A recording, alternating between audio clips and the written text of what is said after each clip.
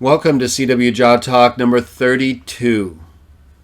Tonight we're going to be discussing something that, while at first it may not seem like the most important discussion to have, for many people, it's exactly that.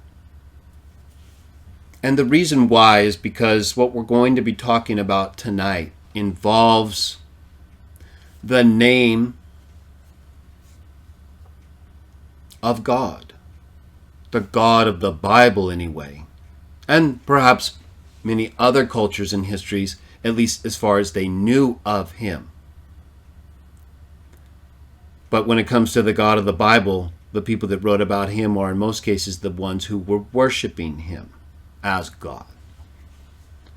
It's the same God that in the Christian scriptures Jesus talks about when he quotes from the Old Testament, which in many cases contains the name of the biblical God. I've done videos about the form of the name Jah or Yah, part of the expression Hallelujah, and why we're Christian witnesses of Jah. Tonight's discussion isn't going to be really about Jah or Yah, although it will come up. Jah, Yah in Hebrew, Yah in Greek, Jah in English because it's anglicized and that's what we speak, is the least disputable form of the divine name. And that's why we call ourselves by it, because as witnesses of that God, the last thing we want to do, unless we absolutely have to, is argue or fight about the name of our God. And sometimes we have to, because people don't think we should use it. They don't think we use the right form of his name, not saying it the right way. Use it in text where it doesn't belong. So we fight about those things. But then there's those of us who've moved past a lot of those arguments and we've resolved many of the issues, and we've come to a point where we just want to worship God and help others do the same. So while those issues may still come up, our primary focus is glorifying the name, the one we know best and that is least controversial according to the Old and New Testament texts, and the period of time that I showed during which many of the biblical events were written about. People spoke the name Jah, not Yahweh, which came about much later and is not really a reliable representation even of Samaritan usage as it relates to the God of the Bible, which we'll get to further in a moment. But it's not attributed to the Jews in its usage, and it's not consistent with the biblical evidence and related evidence that relates to how we pronounce either Jah or the four-letter form of the name we're going to talk about tonight. So we've talked about Jah. It's in the Old Testament. It's in the New Testament, Revelation 19. It's spoken about. It's known. It's not even prohibited by the Jews the way the four-letter form of the name is. It's limited in terms of its use by later rabbis and sages. But it's not treated in the same way that the Tetragrammaton is treated. And so even Jews don't oppose the open use of Yah or Jah. Not always. They would in some cases still, though, or at least not respect the usage outside of certain occasions like prayer and study. But it's more acceptable than the Tetragrammaton is. So we'll talk more about why they believe the Tetragrammaton shouldn't be used or pronounced. But first, let's go to an article that I wrote several years ago, because we're going to use it as the basis for the information I've provided already, and which we're going to review, and which I believe will show how we should pronounce the four-letter form of the divine name, the Tetragrammaton. Jehovah, Yahweh, Jehovah, like we say. Let's take a look. We're not going to read the whole thing, but we're going to go through it because it contains quotations and references that will allow us to more efficiently go through the material in one place. The blog article I'm going to show you is really, in my view, and in going through it again, and of course having written it, a good summary of the chapter 1 from my Jehovah's Witnesses Defended editions, which is a more detailed presentation of a lot of the same things, including a chart showing the instances of the divine name over various periods of time, which we will review in part later on. But right now, let me share with you a blog article I wrote in 2011. It's called Christian, and that's in quotes, Witnesses of Jah, Jehovah God. So why did I write it like that? What's this title about? Well, the first part of the article, which we're not going to really get into very much, but is very important when it comes to, for example, why during periods of time like in the first century, people like Philo and then later Christian writers like Justin Martyr were not users of the divine name, and how this relates to things like Platonism. So that part of the discussion is here and in my chapter 1 of the Defended editions. But remember, in this video, I want to focus on the pronunciation of the Tetragrammaton, the most controversial form, right? Because as I mentioned, Yah or Jah is not prohibited, even by the Jews, the way the Tetragrammaton is, and has been concealed, for example, differently than even the transliteration of the divine name in Revelation 19, as well as its uses as part of different biblical names. And so the Tetragrammaton has been treated differently. But they're both still names of God, used in tandem with each other at different times, as we'll see. So the first part of the discussion kind of talks about how the divine name got lost to certain people. And it's not hard to see. They're very open about it. But we want to get to the pronunciation issues, right? That's our focus. How was the divine name spoken? I've already done a video as well, in addition to my Wide Jah, the least controversial form of the divine name. I've done a video about whether the divine name was used in the original New Testament, which of course we don't have. We do have copies and we do have evidence, like the text that the New Testament writers would have been quoting from, or like them, from the first century and before then. So I'd encourage you to watch that video, and I'll put a link, if I haven't already, in the description below. But this kind of coincides with that because it, in addition to the manuscript evidence, the instances of the divine name in these texts, but not in these texts over this period of time, there were philosophical and theological reasons for why certain people began to substitute the divine name. And I'm going to show you that's the case here, as I do in this article. So while we're not going to get into a lengthy discussion of the use of the divine name, right? Like its actual occurrence in this text or that one, or whether it was quoted in the New Testament, like I discussed in that video, the instances we'll be talking about that reflect the evidence about its pronunciation involve certain texts. So we will be discussing them in that light. All right. So after I discuss how Philo believes there's no name ascribable or properly ascribable to God, and how I quote different Philonic scholars and writers who support this view, and how later on people like Justin Martyr followed in the same path as Philo, believing that there wasn't a proper name for God. Things I discuss in greater detail in my chapter 1 of the Defended editions, but that I also get into here. Now notice this. In the kind of closing part of my discussion, which relates to let's see, who's the writer here? Samuel S. Cohen's discussion regarding the name of God, a study in rabbinic theology, a well-known article for people who have studied these issues.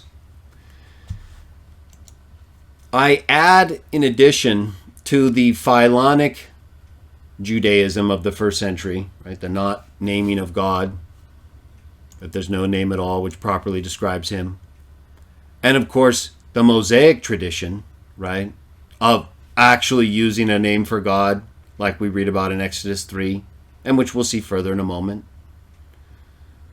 Another type of Judaism that comes about later on is the rabbinic Jews or Judaism.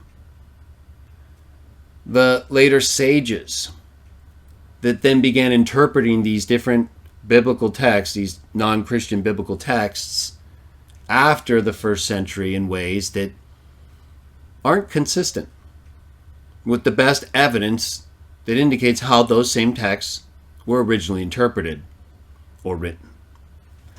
And so that's why Cohen, in his article,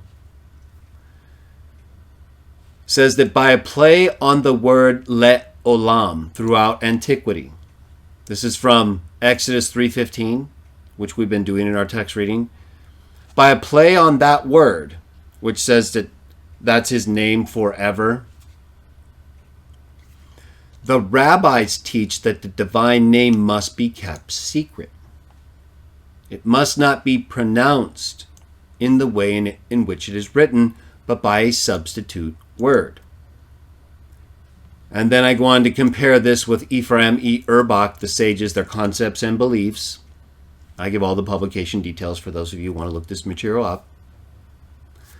Who writes on page 133 of his publication, on the one hand, knowledge of the name was regarded as indicative of a high religious and spiritual degree, and on the other, this is in the case of the period of the rabbis, the dangers involved in the revelation of the name, and even more so in its use, were recognized. So this is a period of time where there was still usage, but definitely restrictions. Hence, restraint, which implied a foregoing of privilege, was decided upon. Rabbi Johanan ruled, the Tetragrammaton may be confided by the sages to their disciples once in a septennial, a period of 7 years. When Rava proposed to expound it at a public lecture, a certain old man, elder, said, it is spelt, listen carefully, it is spelt, referring to Exodus 3:15, le-alem. And he's referring to what we read up here, le-olam. Le-olam, le-alem. Not too far apart, right? A big difference, though. So he's saying when Rava proposed to expound it, that is the meaning of the text we just read, or referred to in Exodus 3:15, a certain old man said it is spelt le-alem, meaning to conceal or hide. He alluded thereby to the exposition transmitted by Rav Nachman Bar Isaac, this is my name forever, le-olam, as used in Exodus 3:15, but it is spelt by the rabbis and the elder, le-alem, to conceal.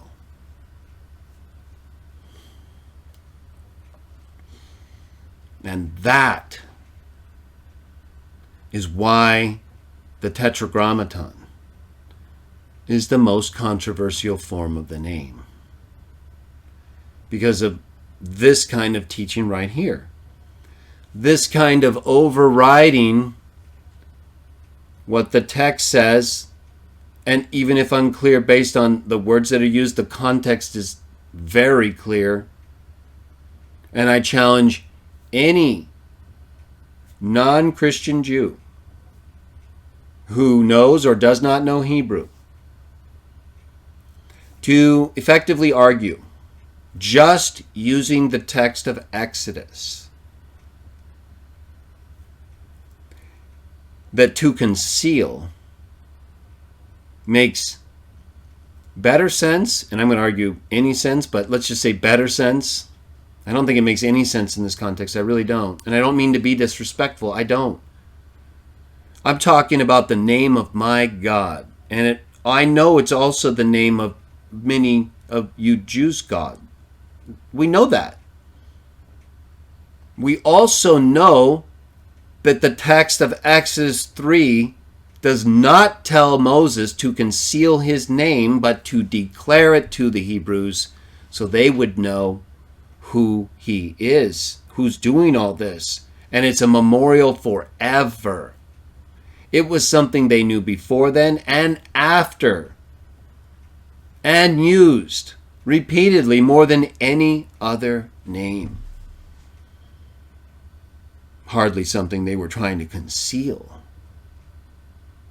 So I will take any challenge from a reasonable, respectful Jew who can, in their view, competently argue Exodus 3 in any way supports the view that you or me are to conceal this name.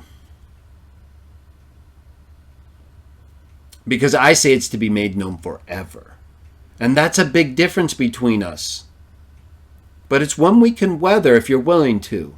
I'm willing to look at this carefully with you, however you want, like we are now. We see your view. We understand how you believe the rabbis and the sages and this view of concealing the name came about. We don't agree. We believe in Exodus 3. We believe that the name that was used from there on forward and used previously should be used, is used in the text, and was later concealed, not because of the text, but because of traditions. Like these rabbis and sages and that elder, a certain old man who spoke up when Rava proposed to expound this text further, declared that it is spelt more properly Le'alem versus what the text says and what the earliest Septuagint texts say and what the context clearly shows and what the continued use of the name given to Moses and to those before him so that everybody knows, right? Not that it's concealed in a way so that it's not used, and so we don't know. We do know. And there's no reason from the Bible to conceal it. So what is it? We've had to go through centuries, millennia of people trying to conceal it, believing they were doing the right thing, believing they were treating it as sacred, believing, if we're going to give them the max benefit of the doubt, believing that the text that they thought read one way should really be read another, and in contradiction to the plain and evident meaning of the context and further use of the very name that is being claimed should be concealed. That's not how we feel. And it's not just a feeling, it's based on the text. Our feeling comes next.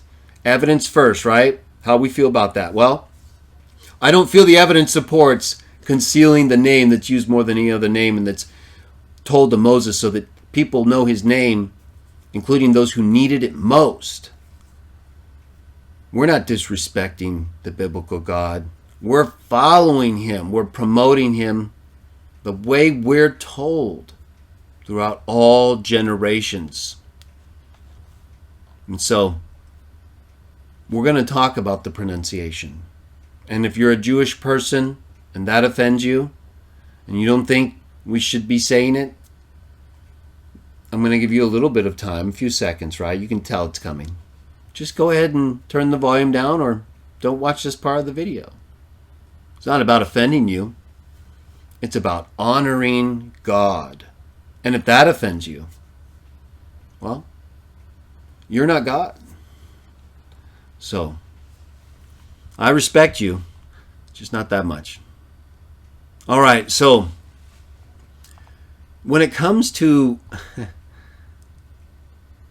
let's see, I wanted to share an item here from Philo because he talks about Exodus further in a way. So I go on to talk about here how in Exodus 3:14 and 15, where they say, the rabbis, the sages, to conceal God's name forever, that as we've seen in our text readings, The Hebrew text of Exodus 3:15 has God saying to Moses, "Now you will say to the sons of Israel, Jehovah," we'll talk about that pronunciation, "has sent me to you.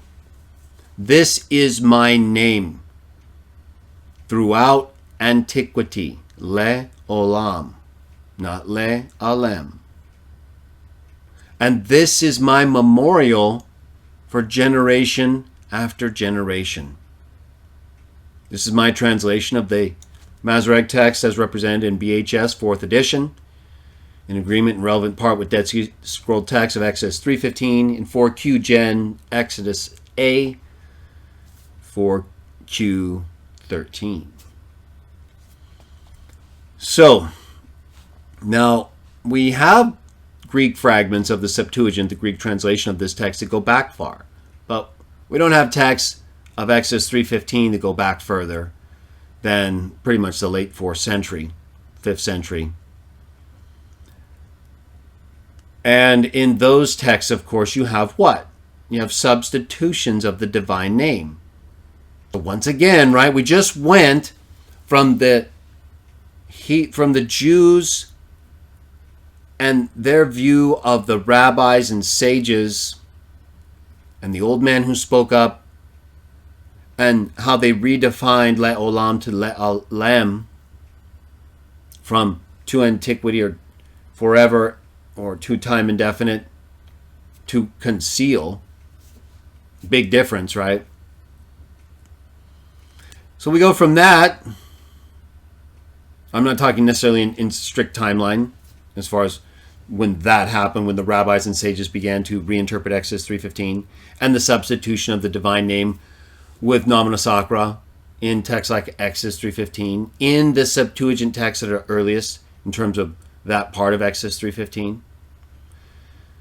So we have, at some point, the Christian scriptures of Exodus 3:15 and the Jewish interpretation of Exodus 3:15, both concealing the name.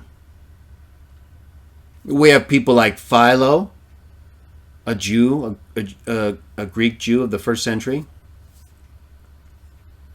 and Justin Martyr, a Christian apologist of the 2nd century,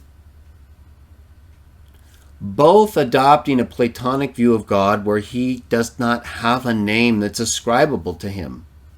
Even though Philo does know, of course, about the biblical name for God, but he's following this Platonic view that overrides that. And I'm going to show that consistent with the Christian's view that God is not to be named at some point because of their substitution in their Septuagint texts and Christian scriptures, right? Copies we have of the New Testament that are different from the sources that were quoted when they were originally written, which we know, according to all evidence, contained a form of the divine name. It was later that was changed. Now, let me show you something that's similar to that. And, well, we'll get back to Philo and some of the things that he said in a moment. But let's move forward to a point where we can lay a little groundwork. So, I told you I would show you, in addition to how the rabbis and the sages taught to conceal God's name in Exodus 3:15 by changing the way Le Olam is pointed and understood, which they view as to conceal the name. And we know, based on the 1st century and pre-1st century Septuagint texts, that the divine name was used in those texts, like 4Q Leviticus B, we're going to get to in a moment. And that the other texts, the Hebrew Aramaic texts of the Old Testament, contain the divine name. So that, based on that evidence, we can say it's likely that Christian writers used the name. There's nothing in the New Testament that indicates any change with respect to their quoting of the name when they do. But then we get Philo in the 1st century talking in Platonic terms about God not being nameable. Then we get Justin Martyr doing the same thing in the 2nd century and following with other Christian writers. And then we get examples like this from Philo, where in his work on the change of names, I give the source here and a reference to the online edition.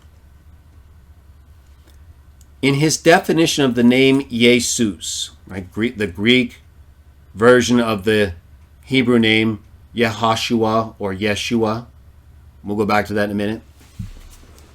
When Philo, in his On the Change of Names, defines Jesus, he defines it like this. Jesus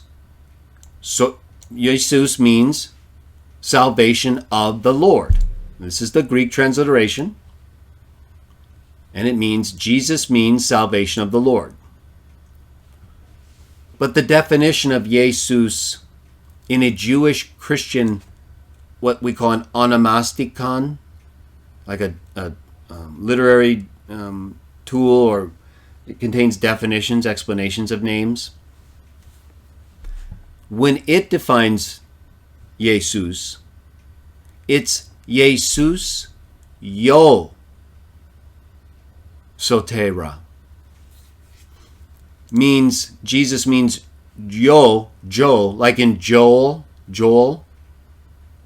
Yo, El.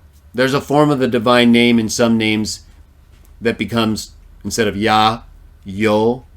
We'll get to it a little bit further in a moment. And I talk about it more, of course, in my chapter 1 of my defended editions. But notice the difference. All right, we got Philo right here, first century Greek Jew, defining Jesus, which from the Hebrew form of the name Yehoshua, Yeshua, it gets shortened to Yeshua,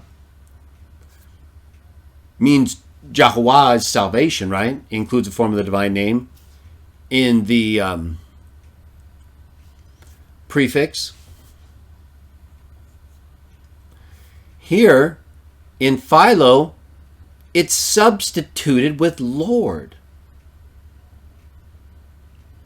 But in the onomasticon, the proper definition is given, with the divine name separate from soteria and no use of Lord. Do you see that?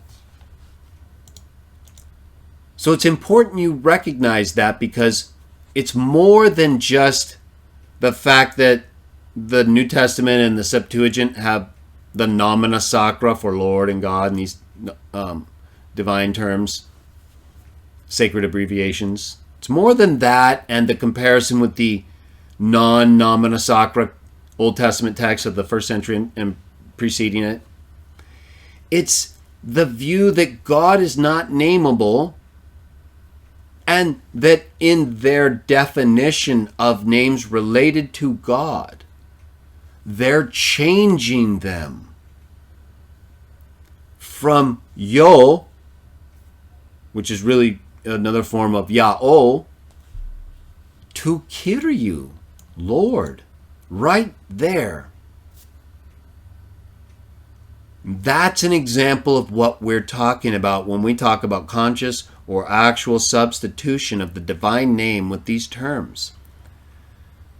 So Philo was doing wholesale substitutions of the divine name, consistent with his view that you're not to give God a name when it's well known that this is what Jesus means. Let's go back and talk about Jesus, Yeshua, and the longer form a little bit more, because it's going to relate a little bit more to our discussion of the full form of the divine name, the Tetragrammaton.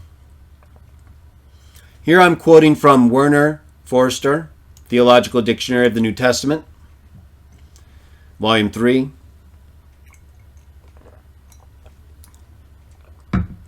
page 284. Listen carefully, and I'm going to emphasize certain things so that I think it will make more sense. Joshua, the son of Nun, is Yehoshua in these texts, but Yeshua in Nehemiah 8:17.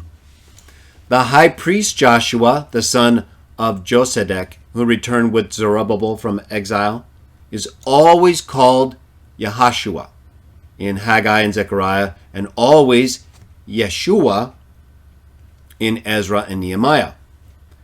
Yahashua is the name of two men in these texts, while 2 Chronicles 31:15 calls a Levite under Hezekiah Yeshua. And this form of the name is also found in post-exilic priestly and Levitical families, and in the references to the return from exile under Zerubbabel and Joshua. The full form thus prevails up to circa 500, and after that, the shorter. Okay, so Forster goes on to note the transliteration used by the Greek Septuagint adopts the shorter form in its use of the Greek Jesus. So, in the Hebrew text, when we say Jesus, or in Greek Jesus, in the Hebrew text, it's Yehashua or Yeshua, the shorter form. Now, and then it goes on to say that the final aspirant is lost for reasons having to do with the differences between Greek and Hebrew, which we'll talk more about further in a moment. But Forster cites Aquila's 2nd century Greek transliteration of Yeshua in Deuteronomy 1:38, and it's not Jesus, it's Yeshua. Just like in the Hebrew, Yeshua, Yeshua. So why does Aquila read that way? Let's take a little bit further look. All right, so we already know we see a difference here in terms of the definition of the same word, Jesus, which is what? A transliteration of Yeshua, which Aquila in one instance transliterates with an A at the end, Yeshua, more corresponding, of course, phonetically at least, to Yeshua. And then we already reviewed this part about the comparison showing that Philo is understanding Jesus as salvation of the Lord, whereas we know, and this onomasticon shows, it's Yo or Ya'ol is salvation. Just like in the Hebrew, Yahashua, Jehovah or Yehovah. I'm using just the closest phonetic correspondence in terms of how we say Yahashua. Although, of course, we have other ways of pronouncing the first part of the divine name, like Yah. But we use it as Yahashua and Yeshua in these instances, and then Jesus in the Greek. In the Hebrew, it's obvious, right, that the divine name is a part of the name, just like it's meant to be conveyed in the Greek, and which the onomasticon does, but not Philo. Very important to keep that in mind, because we're going to consider another example. A further example is the anglicized term Judah, which in Greek is Judas, and which in the earlier quoted onomasticon, up here, where we were talking about Jesus, in that, when it's talking about Judas, it defines it as Ya'o Exa Malagesis, the latter of which is partially restored by Deisman, which means something like Jaho is praise. And then I point out all copies of the Greek translation of Genesis 29:35 that we have available today, which for this verse are after the 1st century, follow the tradition of Philo by defining the name Judah, Judas, with a future form of the verb and a form of the Greek noun kurios. So remember, right, we're used to what? We're used to the divine name being concealed according to the Jewish tradition related to Exodus 3:15, which, according to the sages and rabbis, says that le'olam should be le'alem and refer to the concealing of the divine name, which is not contextually correct or textually correct, I would argue, and will, if someone wants to make a credible case otherwise and not just use the rabbis, because that's not more important than the text. Here, we find the Septuagint following exactly what Philo just did in taking out the divine name from Jesus and using Lord in his definition. So he's already changing it. We get the exact same thing in the Septuagint of Genesis 29:35, according to all copies of it post-1st century. Let me show you why this is significant. Look at the comparison. This is the definition of Judah, in Greek, in the Jewish Christian 3rd, 4th century onomasticon we've been citing, the source which defines these biblical names according to their component parts, versus how people like Philo and the Septuagint defines these terms. Let's take a look. Here's the onomasticon, the Jewish Christian source defining these terms, these names, which so far, according to Jesus, is using the divine name, not a substitute. Here, for Judas, it uses the divine name again, Yah-O, and then the noun, which means praise. Now, here's the definition of the name Judas in all post-1st century CE Septuagint text of Genesis 29:35. Judas is the verb, not the noun, but they're similar, plus not Yah-O, but plus Kyrio. Do you see what's happening? What's happening is the same thing we say happened when it comes to the concealing of the name in these different sources. Whether it's Philo, whether it's the Septuagint, whether it's the rabbis and the way they reinterpret the Bible.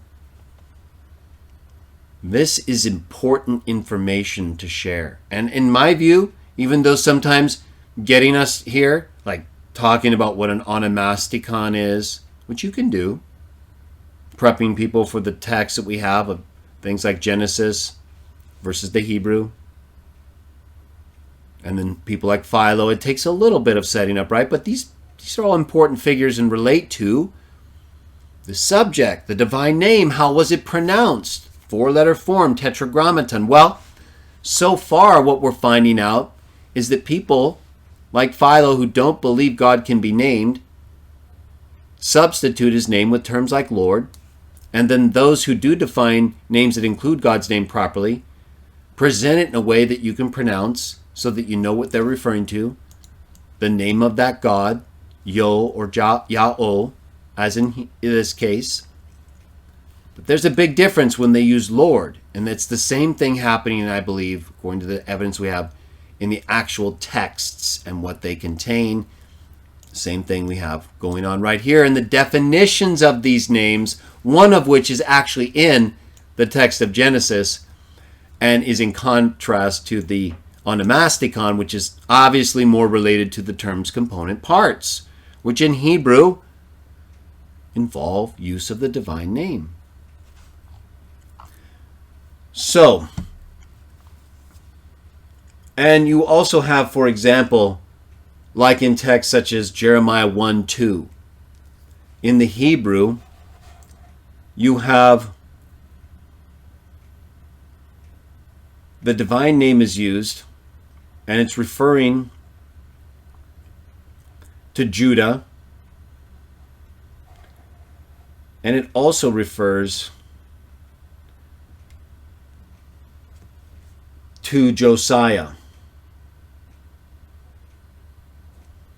It says, according to the NWT, to whom the word of Jehovah occurred in the days of Josiah, the son of Ammon, the king of Judah, in the 13th year of his reigning. And when it transliterates Josiah, it's Josiah.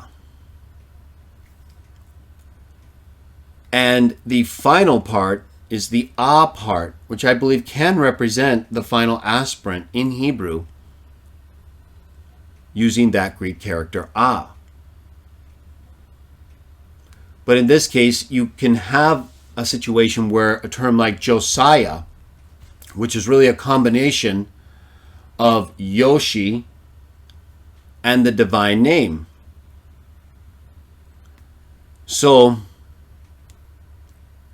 with a term like Josiah, with it ending in an aspirant, it's still representative of the first part of Josiah's name, and the divine name is included in it.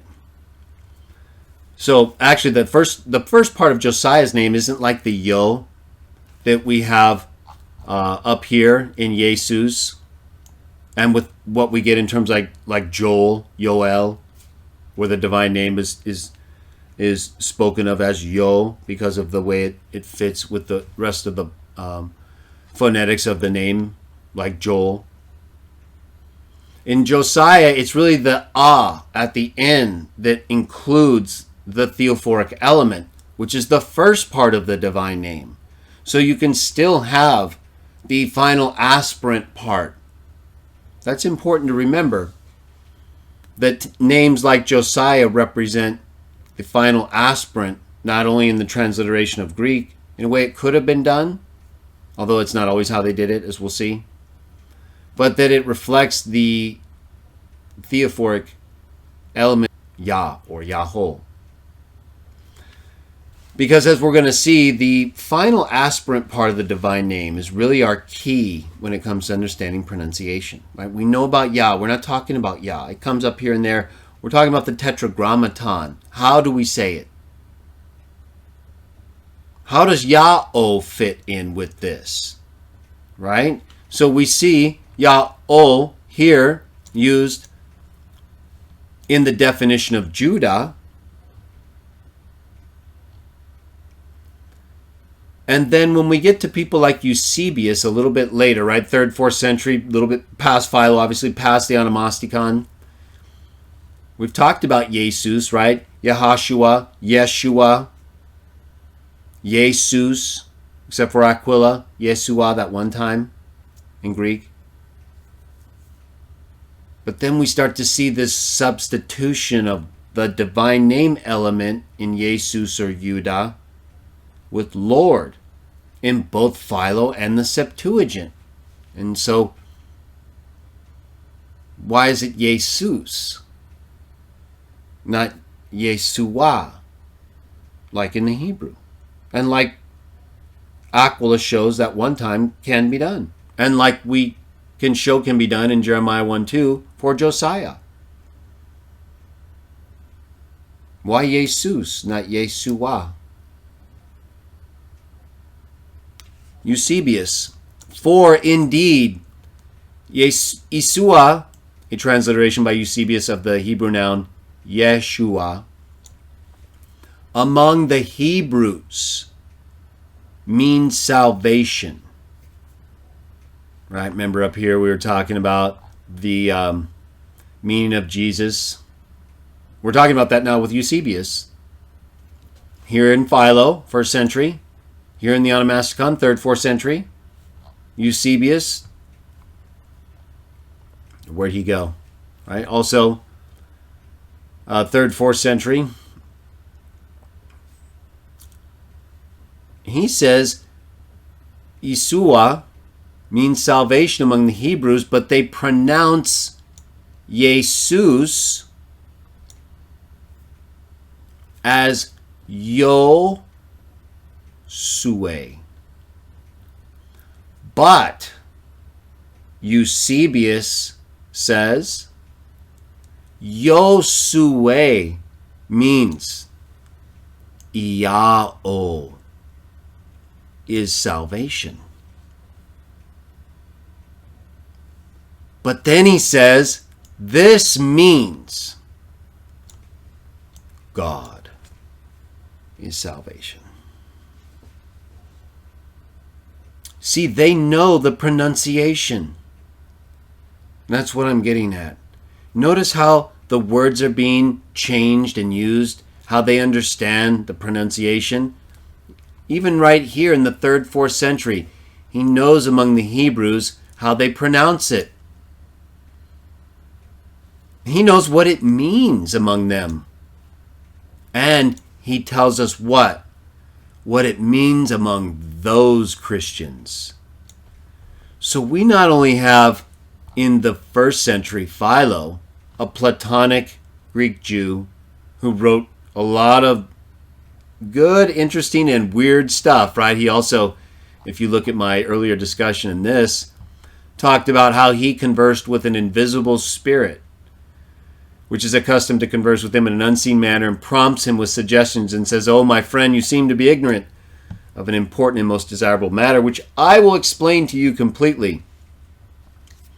For I've also in a most seasonable manner explained many other things to you also." So Philo, he talks about being seized with divine inspiration, a lot of stuff. Right? This is the one who believes God is not nameable,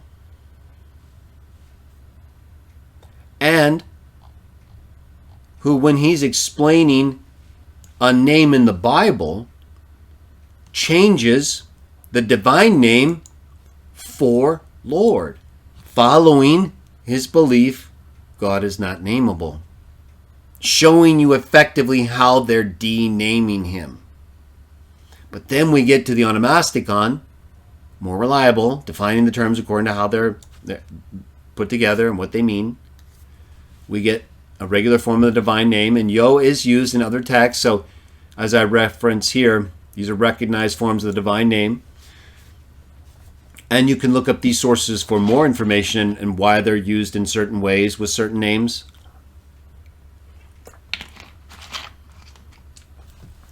We've got Philo doing it. We've got the Septuagint doing it. Not just with the sacred name substitutions, but with the definitions of the elements of the names that weren't substituted, but that contained the name that was, and so they substitute it when they explain the name. All right? They're showing you right there what they're doing. And they're also showing you by doing it that they know what they're doing. That they know the name just like what? Eusebius knows it and doesn't use it. He goes on to tell you what he uses and what we see them using.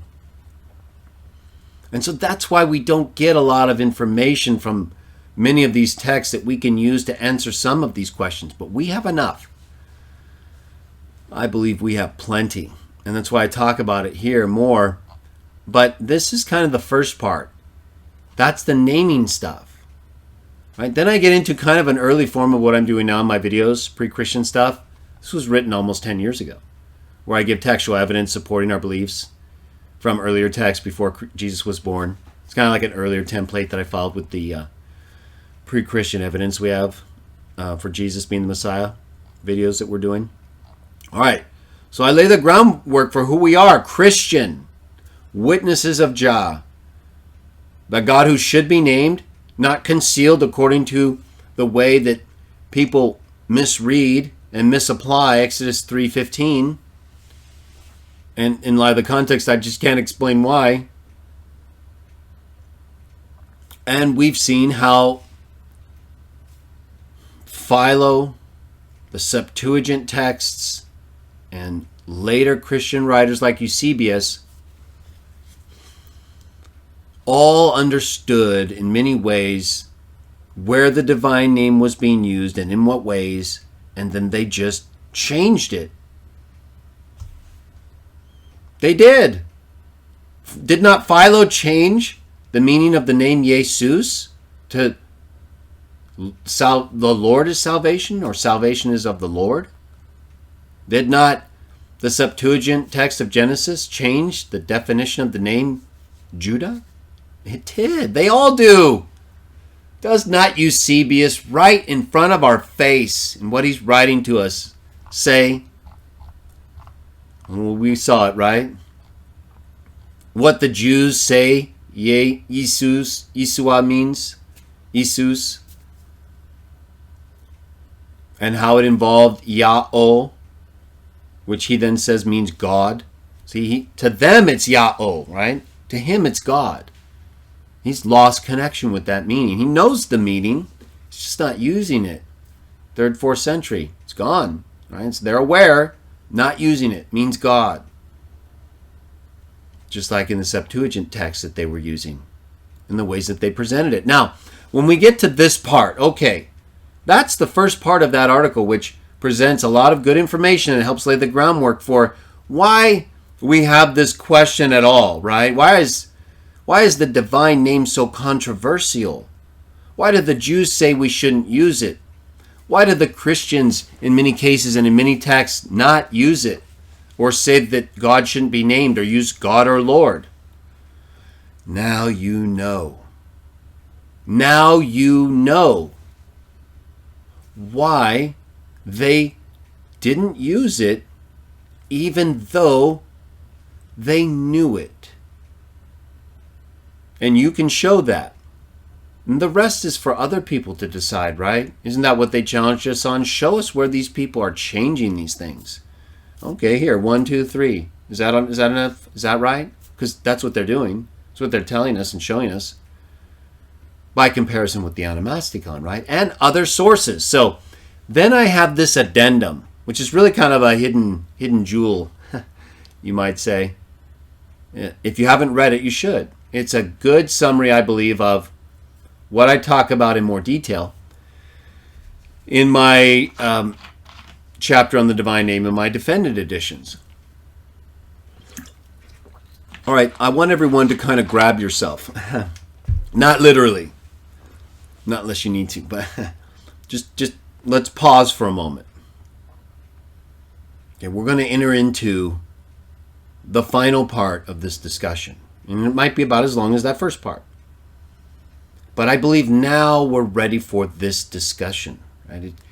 If we just jump right into pronunciation issues and grammar and phonetics and stuff, I don't think it would have connected as much. Now I believe we have the right frame of mind to see what's very important to recognize if you're going to be able to talk about the divine name right. What do I mean by right? Who's to say you're right, Greg, and these other people aren't right? Well, I guess the answer to that is you, and ultimately Jah, right? The God who we're talking about. What I can tell you this, I've done my best to try to show other people and myself what I believe is happening, no matter what. Right? No matter whether it took me to a pronunciation like Yahweh or whatever. It's not about what I want. Right? Some things may be more familiar to me, and so I look for them and think, okay, is that this or that? But what does it say? What can I use these texts to show you and know that what I'm showing you is the right thing? That I'm not just trying to get you to believe something that I believe or hope is correct. That's not enough for me.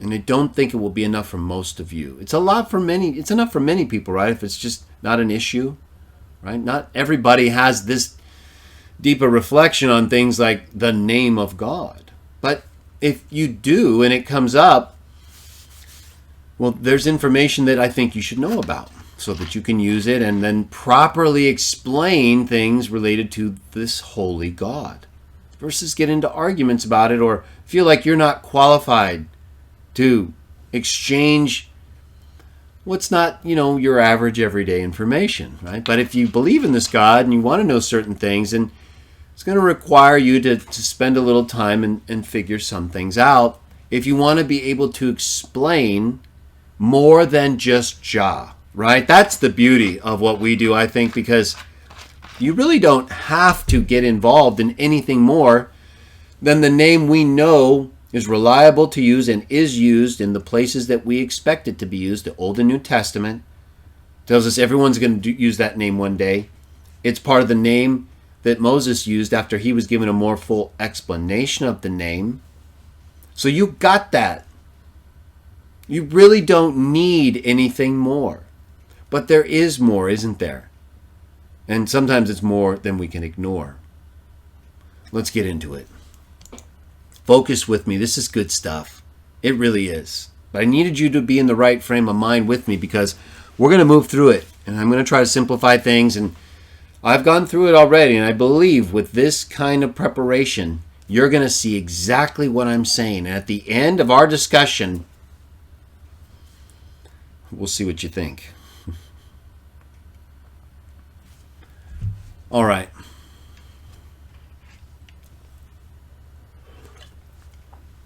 So this part here, I reference my divine name discussion that I've been talking about, and you can get for free. There's a link right here. And in that chapter, I referred to the divine name in the full four-letter form, the Tetragrammaton, represented often in English by YHWH, in Hebrew, Yod, He, Wah, He. I referenced that on the Moabite stone. We might get a picture right there. Okay? Give you a link right there. Most of us have seen that dated to between 840 and 830 BCE, 9th century. And the four-letter form of the divine name in 6th century BCE, Hebrew inscriptions discovered while excavating a citadel in Arad, the biblical Arad in Judges, and inscriptions unearthed in what is considered the biblical city of Lachish, or Lachish. And then I give texts which reference these locations. Now, this part right here, I need you to pick up with me.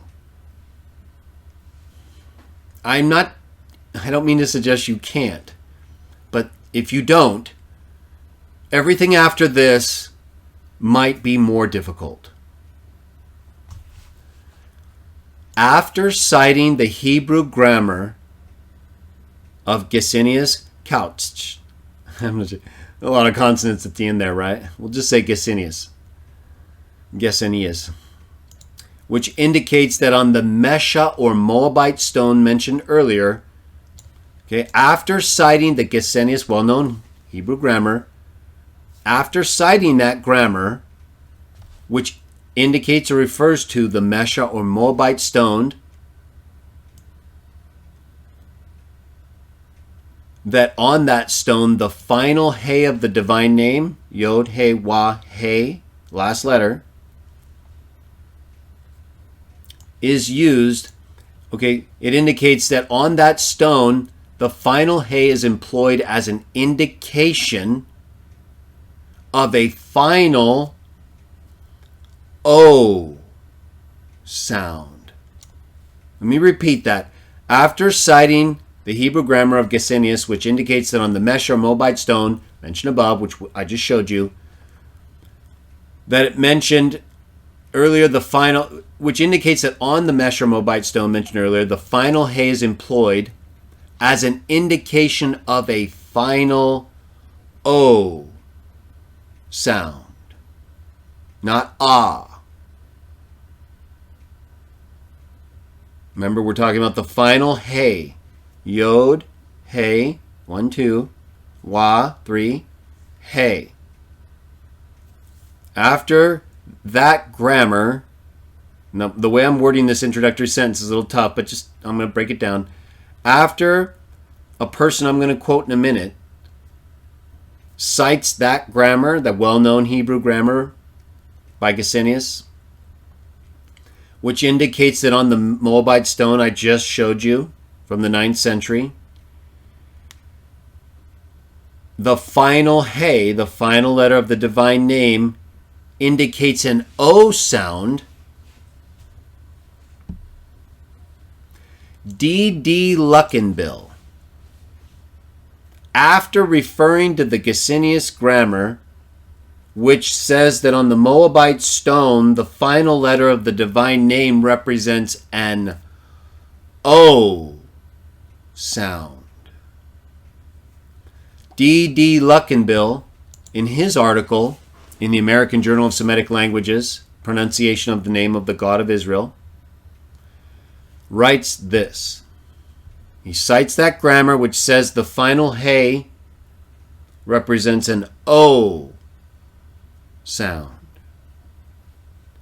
And then he writes, I believe that the presence of the final He, Yod, He, Wah, He, that fourth letter in the four-letter form of the divine name. Luckenbill, after citing Gesenius, stating that that fourth letter represents an O sound, says he believes the final He in the name in the Mesha Moabite inscription does make the pointing of this name an imperfect verb ending in Yahweh, questionable, if not highly improbable. I might even go further than that, and then he states, a final He, when used as a vowel letter in this inscription, seems to stand invariably for an O, not an E. Let's just take this slowly, because the most important part is right here. This has to be understood, and it will be understood, because it's not hard to understand once you recognize what is being said. And then, of course, we have to prove whether what is said fits the evidence. What I want you to know here, if you don't already, is that the grammar of Gesenius and Luckenbill are referring to the four-letter form of the divine name on the Moabite stone as indicating in its final letter an O sound. They believe that the final He is a vowel letter, which is something that is commonly found in ancient Hebrew. Compare this with A. Mirtonen, a philological and literary treatise on the Old Testament divine names, another well-known source, who responds to this evidence, the evidence we just referred to in terms of both the Gesenius grammar and Luckenbill, that the final letter of the four-letter form of the divine name is an O sound.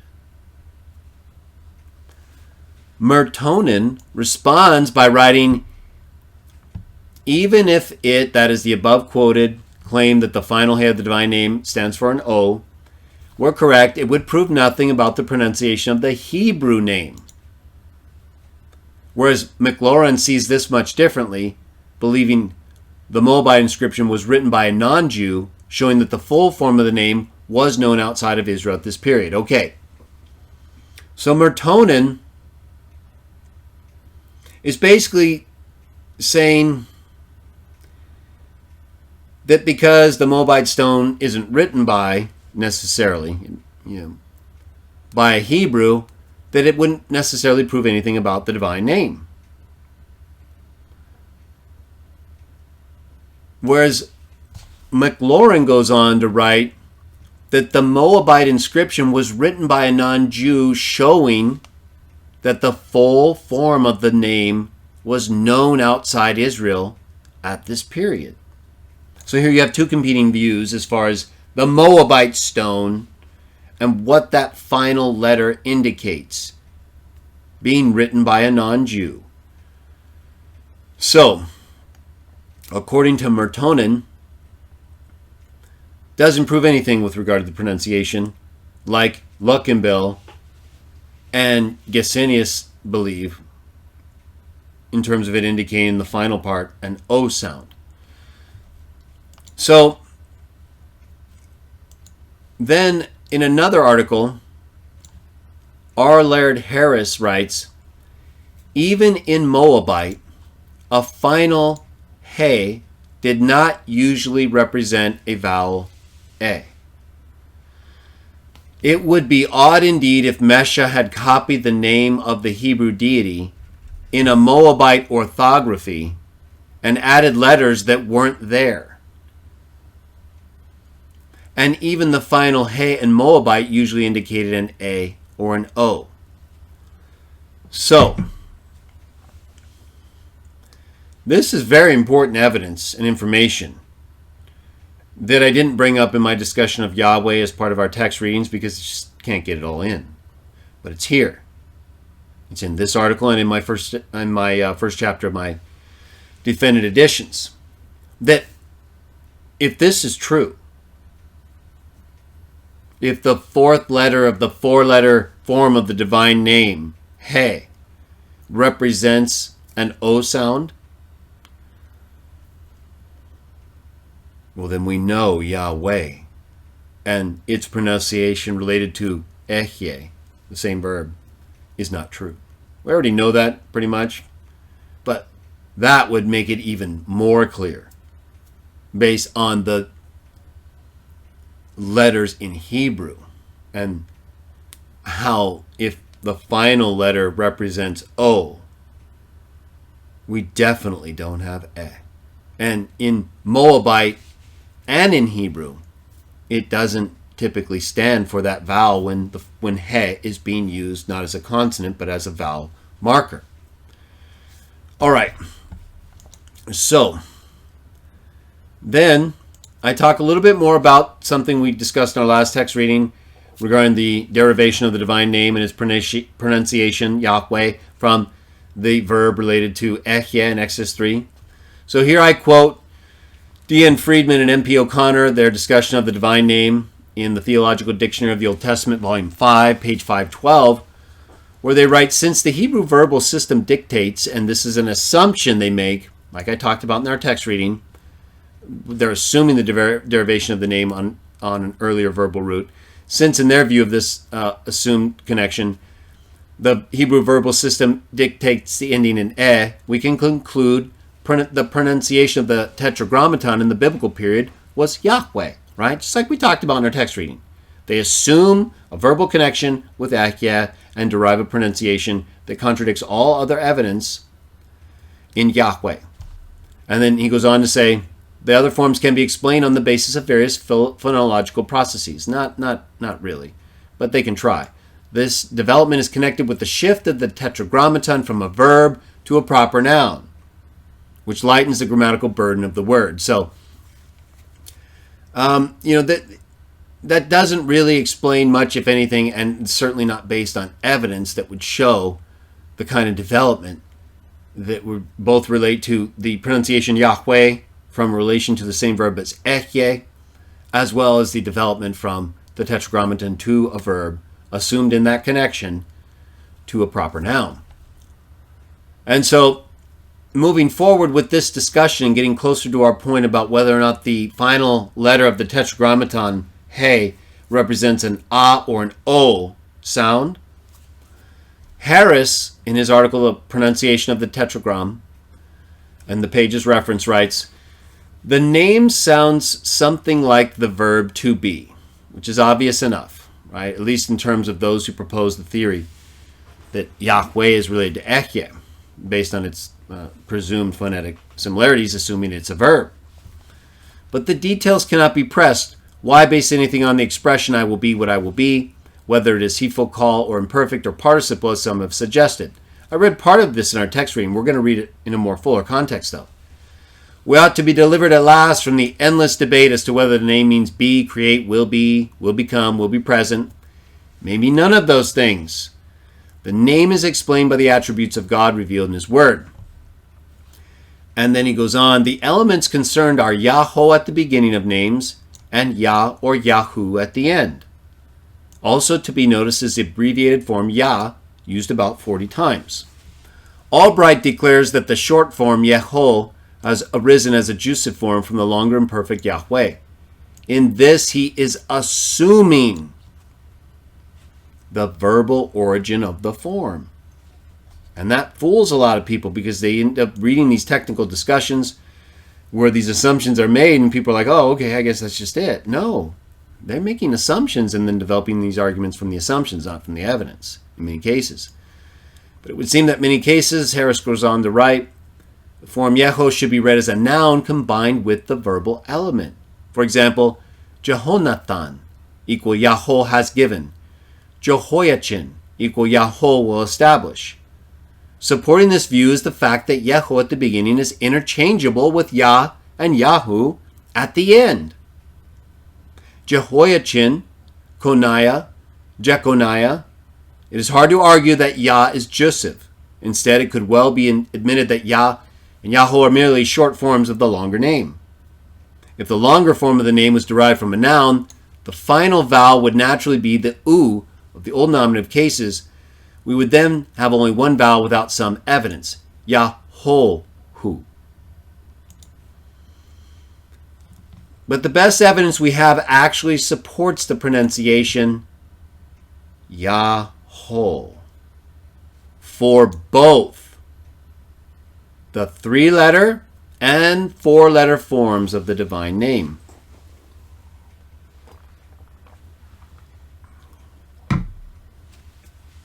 I wrote this a long time ago, as with the first edition of my, the latest edition of my chapter 1 in my defended editions.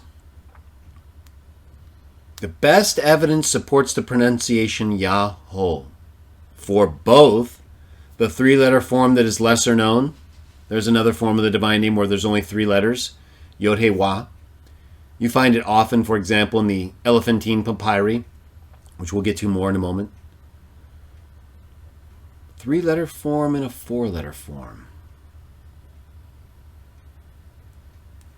Why don't we see the 3-letter form standing on its own in the Bible, do you think? But we do see it attached to different names in the Bible. All right, so if the best pronunciation of the 3- and 4-letter forms, according to my view, some of the evidence we've read and some we're going to consider in a moment further, is Yahweh, why does a form of the name that I use and that's on the title of this article include more with a final aspirant, namely Ah, Jaho, Ah? If I believe the best evidence promotes the pronunciation Yahweh or Jah-O for both the 3- and 4-letter form, why do I use Jahoah? And Jah, of course, right? We already know that's like our no problems ever use of the name, right? But we have a little controversy with the 4-letter form. We have the Jews who believe it should be concealed forever. We have the Christians who have substituted it for terms that were not used in the pre-Christian texts of the Old Testament. And we have them changing the meaning of the name used as part of other names in those same texts, like we showed with Genesis, in the Septuagint, not just with the substitution of the name, but the substitution of the name within another name. Just like we saw with Philo and the use of Jesus and Eusebius when he was referring to the Hebrews, and their use of Yahweh as a part of the name Jesus, which Eusebius took as God. But there's more to Yahweh than that. So why Ah? Why Yahweh Ah? Why not Yahweh? Why aren't we saying Christian witnesses of Jah-O? Jah, right? Instead of Jehovah Jah. All right. So there are a couple other things we need to consider. So I do believe the best available evidence that we can use to show in numerous ways individuals that I'm going to talk to I'm going to show in a moment. We're using forms of the divine name that show that the pronunciation is in fact in both the 3-letter form and 4-letter form Yahweh. In fact, let's do that.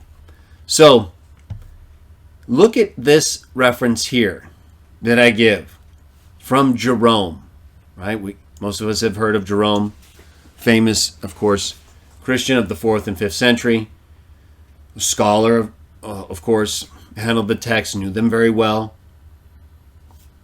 It doesn't mean he was correct on everything, but it shows he was very much aware of textual issues and terms used in the text, different texts, pronunciations. Look at what he says. This is Jerome writing in the 4th, early 5th century about the then known pronunciation of the 4-letter form of the divine name. Yod, He, Wah, He. Jerome says the name of the Lord in Hebrew language contains 4 letters. Yod, He, Wah, He. Now he spells it out. Right? It is the proper name of God, and Yod, He, Wah, He can be pronounced Yah-O.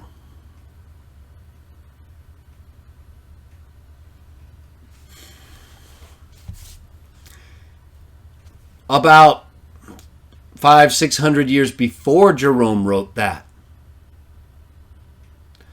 we have one of the most famous, if not the most famous, Greek historian, Diodorus Siculus, writing in the 1st century BC, within 100 years of Jesus being born.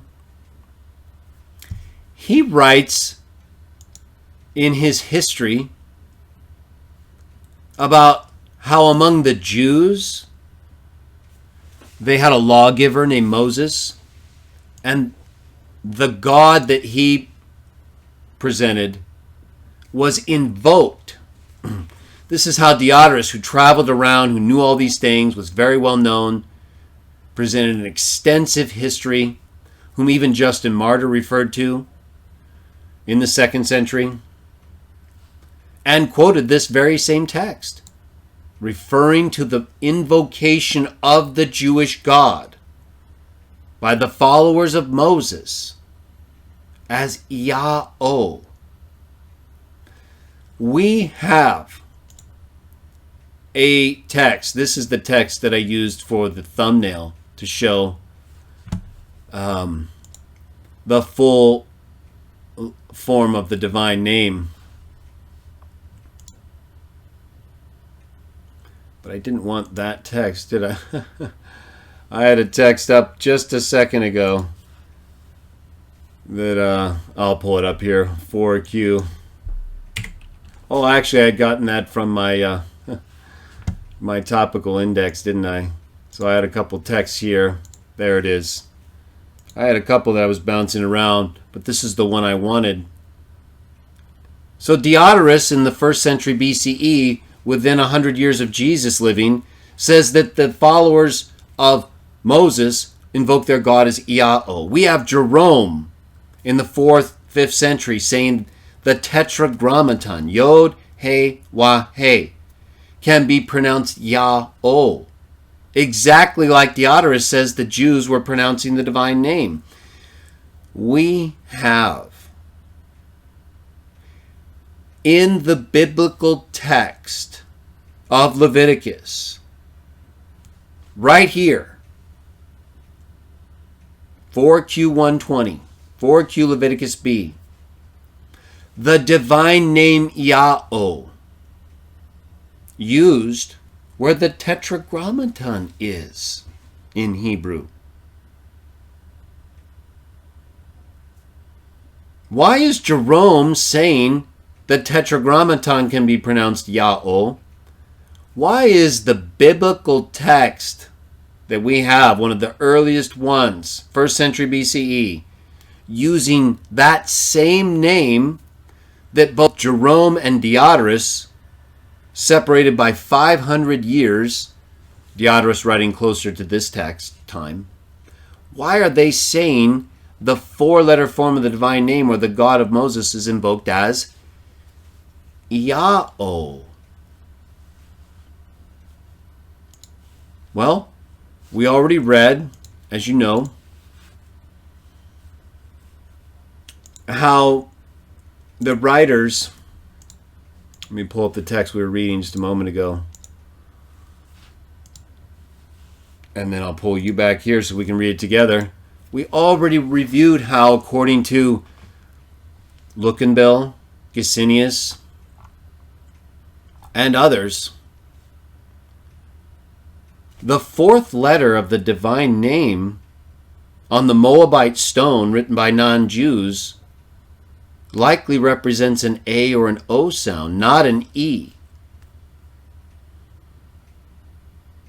So we have non-Jewish corroboration of the final letter of the divine name used as a vowel, likely O or A, in the 9th century BCE.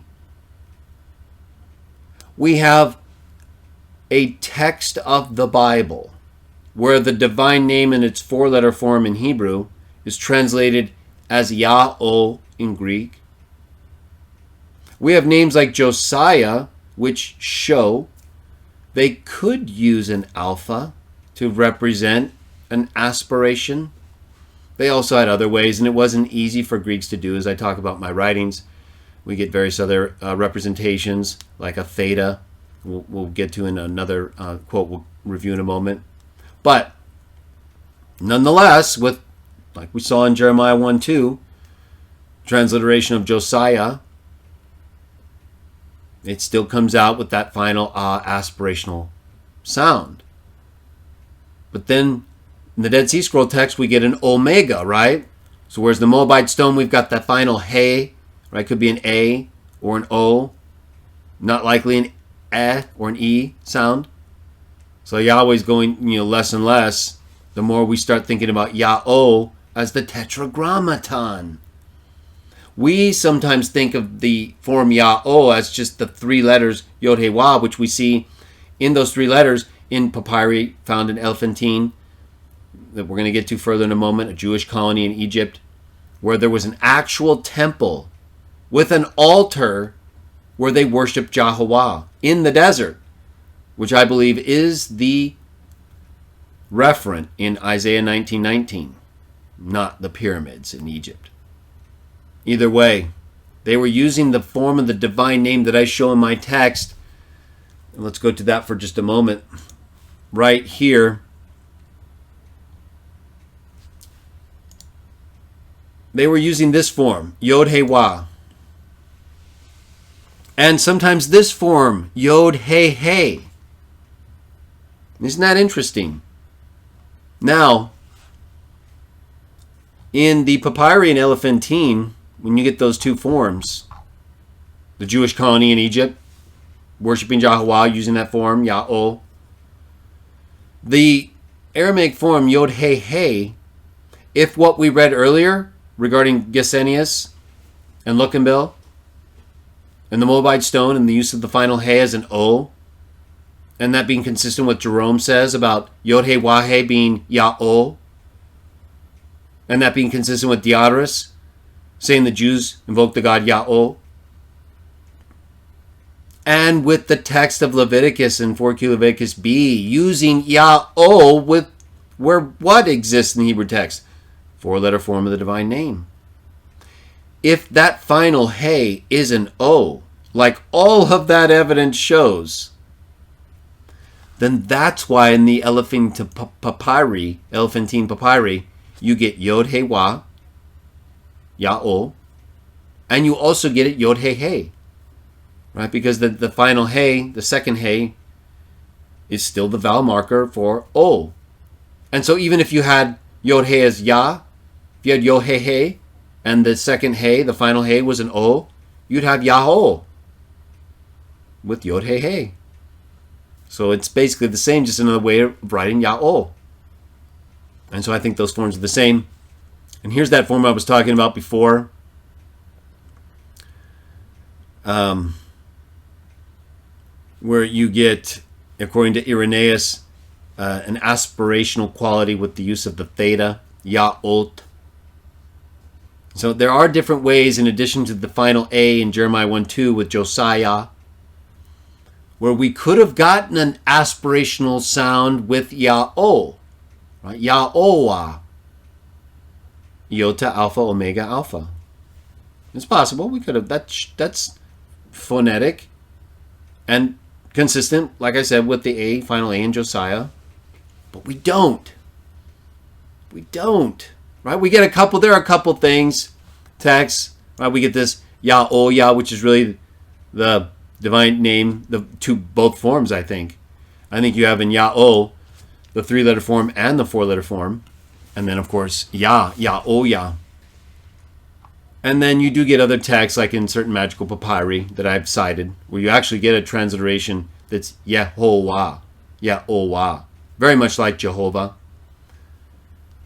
So we have Yah-O now being used for the Tetragrammaton by Jerome, by 4Q Leviticus B,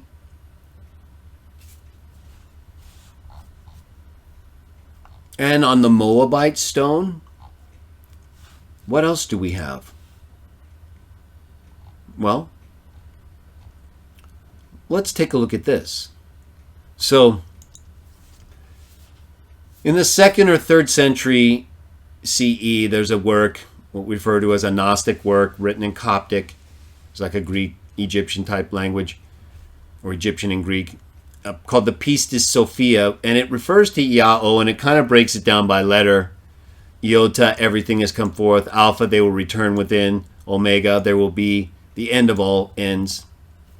And it's kind of a, esoteric work and not, Christian literature proper, but though different in form and also likely in meaning, it's not too far off from what Clement of Alexandria in the 2nd, early 3rd century writes with regard to the pronunciation of the divine name as Yah-U, in association with Exodus 3:14. So, in his work, the Stromata, he says the mystic name of 4 letters, Ta Tetragrammaton.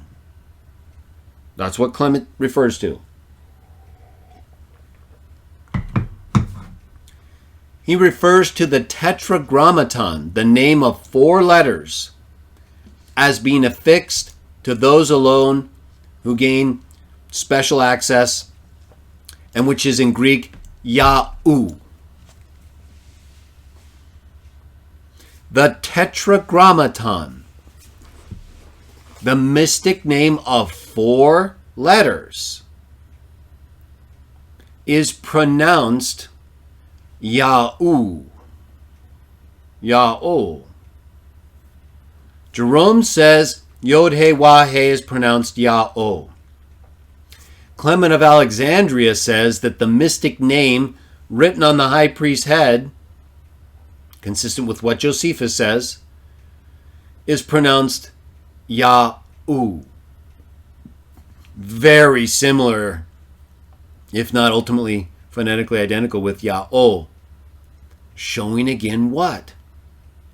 That the 4th letter represents that final vowel sound. Or does it? Is there any way we can use Yah-O as representative of the Tetragrammaton in terms of the final letter representing an O sound and still find a basis for using a final Ah with it? Maybe. And that's why I thought ahead. I knew we'd have this discussion one day. I already had it. I just didn't make a lot about it because I knew one day we'd have to consider the use of Yah-O, not Yah-O-Wah. We still got Yah, and we might still have Yah-O-Wah, or the anglicized forms, Jehovah. Yahweh is not even in the discussion anymore. It's just not connected with the evidence. And all the evidence that is connectable with what's in these texts is against it. Yah-O. According to Clement, the Tetragrammaton is pronounced Yah-U and is interpreted who is and shall be. Then Clement adds this: the name of God too among the Greeks contains 4 letters, showing that the pronunciation Yah-U represents those 4 letters. This is very important because it's consistent with the Moabite stone and the Moabite use of the final hey for an A or an O, consistent with the Hebrew use of a final hey to mark that vowel, or one of those vowels, A or O, not E, which is exactly what Jerome says is the case. It's consistent with the actual biblical text's use of Yah-O in place of the four-letter form of the name in Leviticus. Clement of Alexandria, in referring to the four letters of the divine name on the high priest, says it's pronounced Yah-O. And that the four letters, iota, alpha, omicron, upsilon, are that pronunciation of the four letters.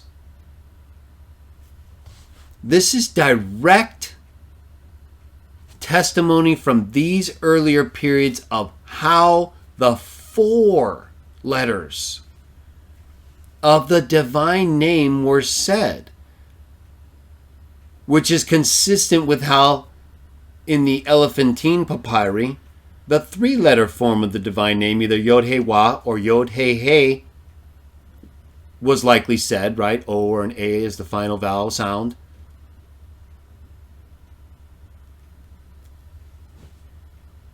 So if the final Hey is added to the Elephantine's form of the divine name, Yod-Heh-Wah or Yod-Heh-Hey, we don't get Yod-Heh-Hey-Hey, right? So if, for example, in the Hebrew Bible, they're taking the Yod-Heh-Wah and adding the Hey to make the final O stand out and mark it, they wouldn't need to add three Heys, right? They would just add either a Hey to Yah, because you get Yahol, Yahol, or a Hey after the final Wah, or just like the Elephantines did, just use the final Wah, and sometimes Hey, Hey. Follow what I'm saying? In other words, it's always going back to Yah-O so far, right? Don't give up hope on Yah-O-Wah yet. But so far, the evidence is pretty strong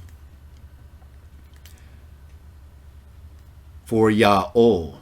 Not just for the three-letter form, but for the four-letter form of the divine name. And so, let me share with you a quote from Tertullian now, who also speaks about the use of the name in these terms.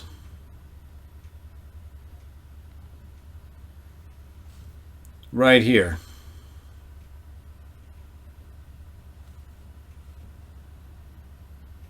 Oh, actually it goes a little bit. Here we go. So in Tertullian's work against the Valentinians, Ante-Nicene Fathers, Volume 3, Chapter 14, we've already talked about Jerome, 4th, 5th century, four letters of the Tetragrammaton, Yod-Heh-Wah, Yah-O.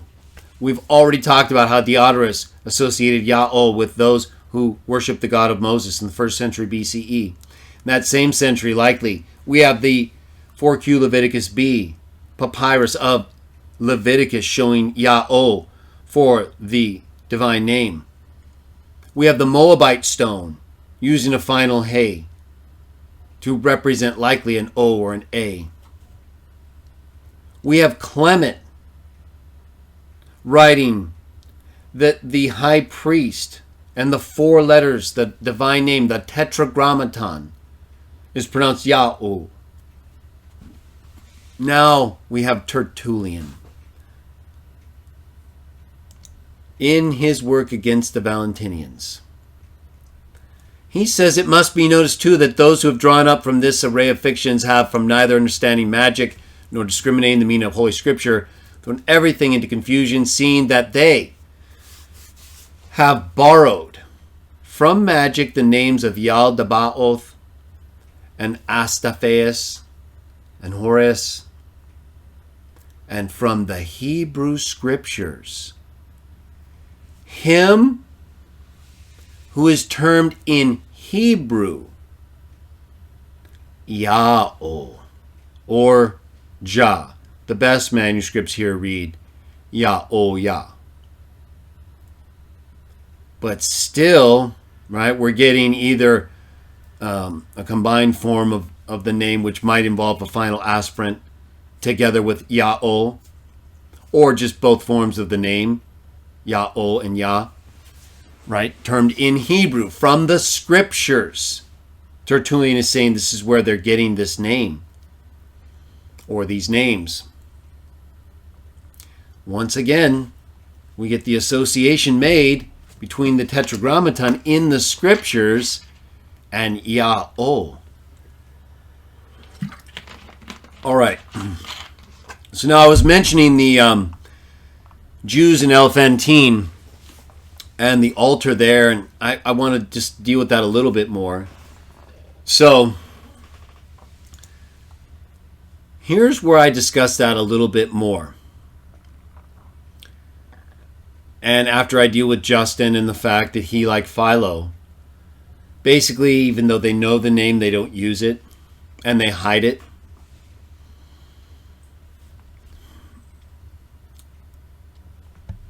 The pronunciation Yah-oh is not only supported by all of that evidence that we've discussed to this point, and to the references I've made to the Jews at Elephantine and the temple worship that was ongoing, and the papyri that show a three-letter form of the name in two different ways, Yod-Heh-Wah and Yod-Heh-Hey, which is consistent with Yah-oh, not with Yahweh.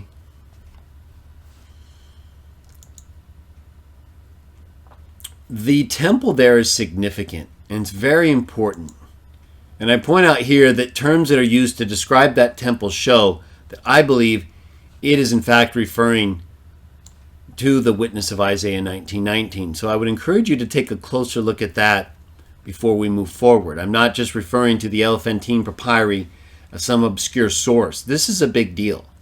And so their frequent use of the divine name is Yah-oh, in both the forms Yod-Heh-Hey and Yod-Heh-Wah, is significant, together with all of the other evidence, because it fills a period of time, specifically here in these papyri of the 4th and 5th centuries BCE, right after, a couple centuries after the Moabite stone, right? We have a timeline here from the 9th century down into the 4th and 5th centuries, down into the 1st century with Diodorus, Dead Sea Scrolls, both using Yah-oh for the Tetragrammaton.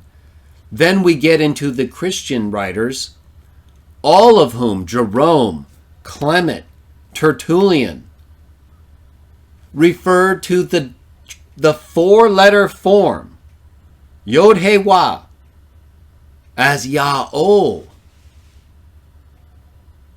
And we get the definitions in the Onomasticon as Yah-oh or Yo. So why do we at times then say Yah-oh-Wah or Yehovah or Jehovah? Why do we have this final aspirant involved when it comes to what we can pretty clearly show over a long period of time involved a four-letter form of the divine name that was pronounced by the Jews who used it and others who heard them use it as Yah-oh? Why are we getting this information that relates in many ways in the forms of the divine names we use with this final aspirate added? Why not just Yah-oh? All right, let's first start with this. Notice what this writer, Williams, in the Tetragrammaton, Yahweh, name or surrogate, I give the full bibliographical information in the article.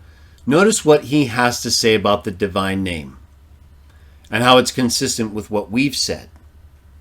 And that is that the use of the final H, like with the reference in Gesenius and Luckenbill, to the Moabite stone's final H, to all the different references that I've made about how the divine name and the final H is pronounced Yah-O.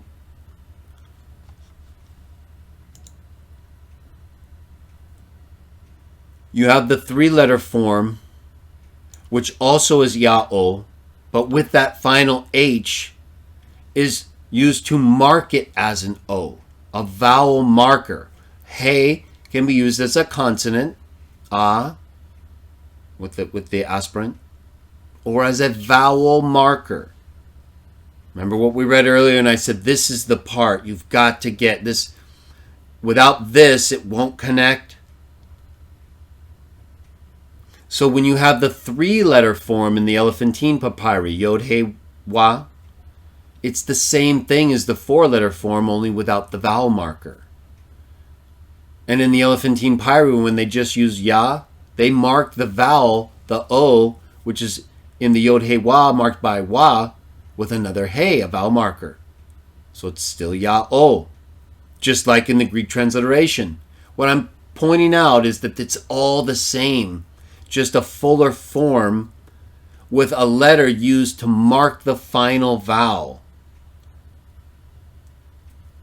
And then when the vowel sound is still there with Yod He Wa, but it's marked specifically with a final He as that vowel, as that O, and which we pretty much know is not A because of what? The transliterations that we have in 4Q Leviticus B.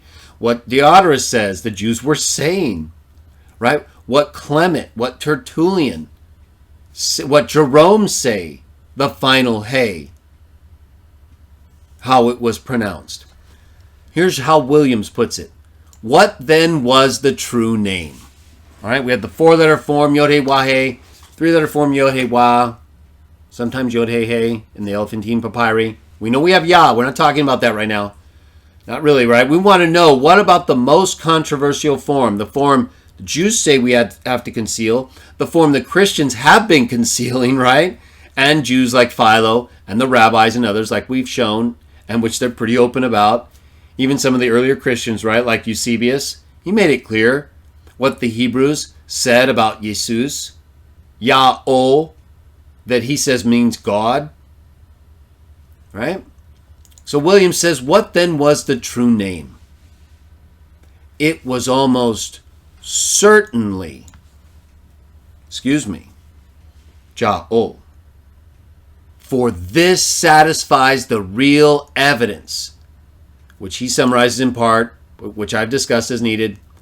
And then he says, I may be asked how I would account for the 4th letter of the Tetragrammaton, the final He. This is Williams talking.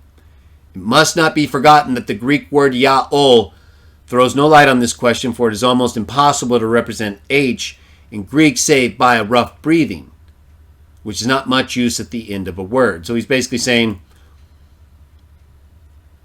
it's not necessary for him to account for the 4th letter in the Tetragrammaton because it wouldn't be easy to represent in Greek.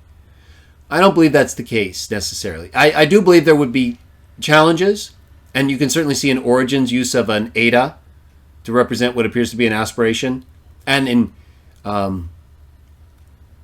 the reference I made earlier to Ya'ot with the theta in the other early Christian writer that I referenced, how that's meant to be a mark of aspiration. So you get these different representations in Greek, whether it's an eta, a theta, or like in Jeremiah 1:2 with Josiah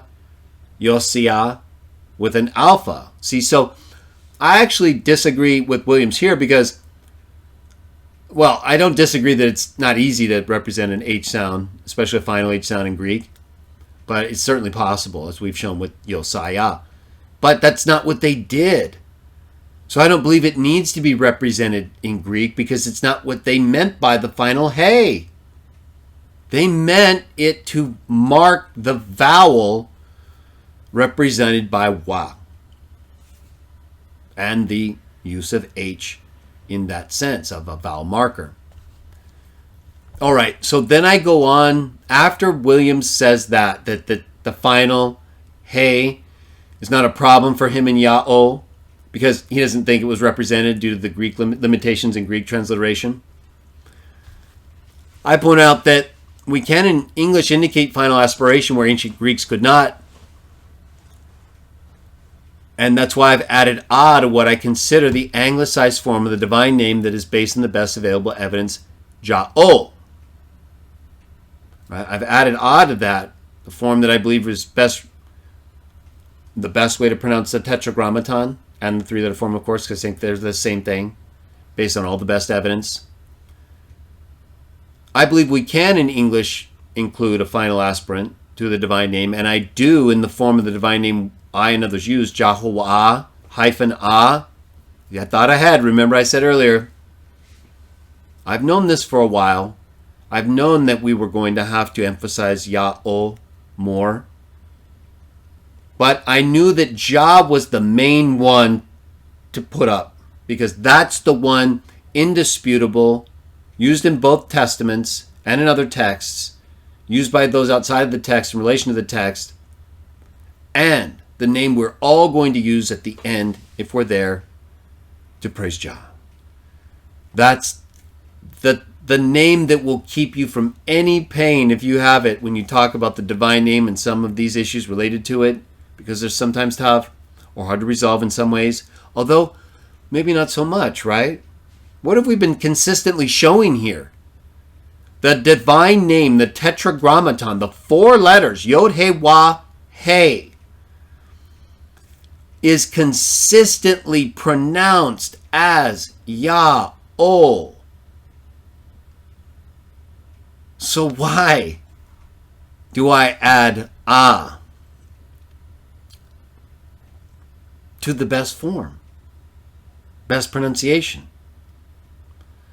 As I explained in my 3rd edition, it's a little bit of an extended quote here, but I think it makes the point well, and that's why I quote it. Let's read it together.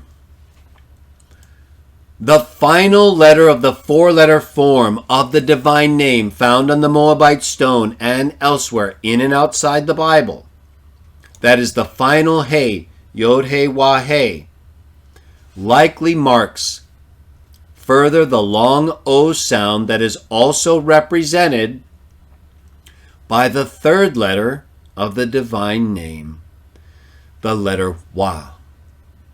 This would explain the use of the 3-letter form of the divine name instead of the 4-letter form in proper names in the Bible and in other early literature. It's also consistent with the use of the 3-letter form of the divine name found in the Elephantine papyri, where they had that temple in Egypt with an altar to Yah-o. And it is consistent with the ancient and most well-known Greek form of the divine name Yah-o. All right, so in the Elephantine papyri, you get the Aramaic Yod, He, Wah and Yod, He, He, which is Yah-o in both cases. If in Yod, He, He, the second He is a vowel marker, which I believe is the case, which is why you get those 2 forms. Personal names that include the 3-letter form of the divine name do not correspond to a form that leads to a pronunciation of Yahweh. Rather, and neither does Yah-o in taken as a pronunciation of the Tetragrammaton, a la Jerome, Tertullian, Clement, right? If the 4th letter of the Tetragrammaton is an O, or a vowel marker for an O sound, we're done with Yahweh, right? It's over. And it's really nothing that's been going on in a serious way from my perspective, although people have made a serious case for Yahweh in terms of their use, but not based on the evidence as far as I can see. Best evidence supports pronunciations such as Yaho, Yaho, or Yahu and Yehu. And I talk about the differences there more in my writing, chapter 1 of my defended editions. I highly recommend you get it.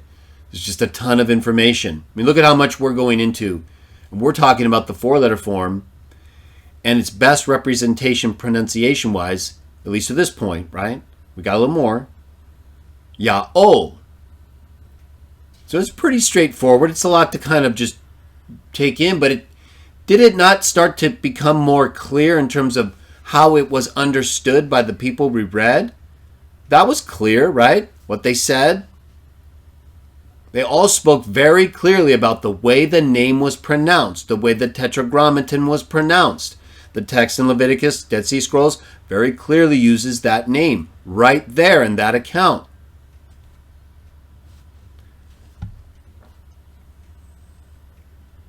It is also possible that the final hey in the Tetragrammaton could represent an aspirated sound that is additional to the O sound associated with the third letter Wa, which would result in a pronunciation along the lines of Yahovah. As noted earlier in this chapter where I presented various Greek forms, right? The Greek forms that I showed you right here, I'm referring to that right now, where I presented the various Greek forms of the divine name in figure 1-1, that figure I showed you. The form Ya'oth with a Greek omega or long O, right here, Ya'oth, that was from Irenaeus, what we were talking about referencing earlier with regard to how Greek sometimes marks aspiration.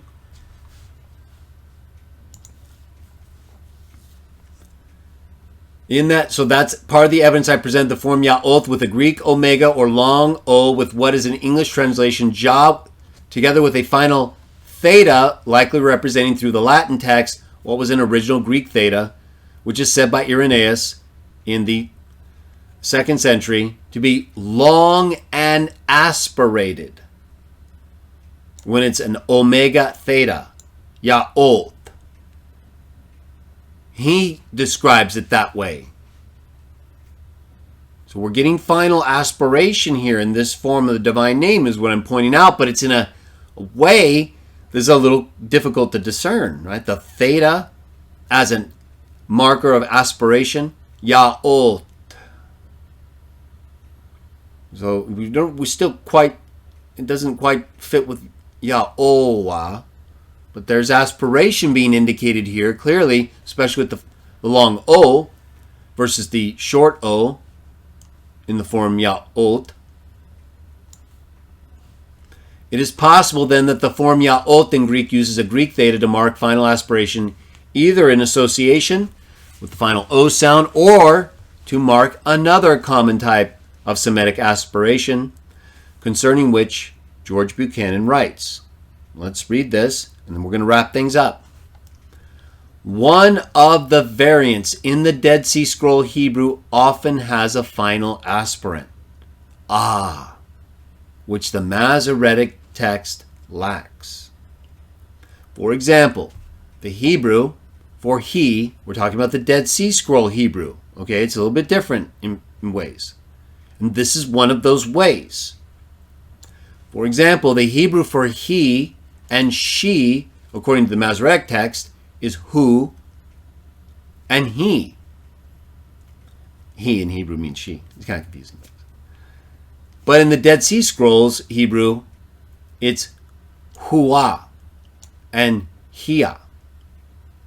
So who becomes huah and he becomes hia.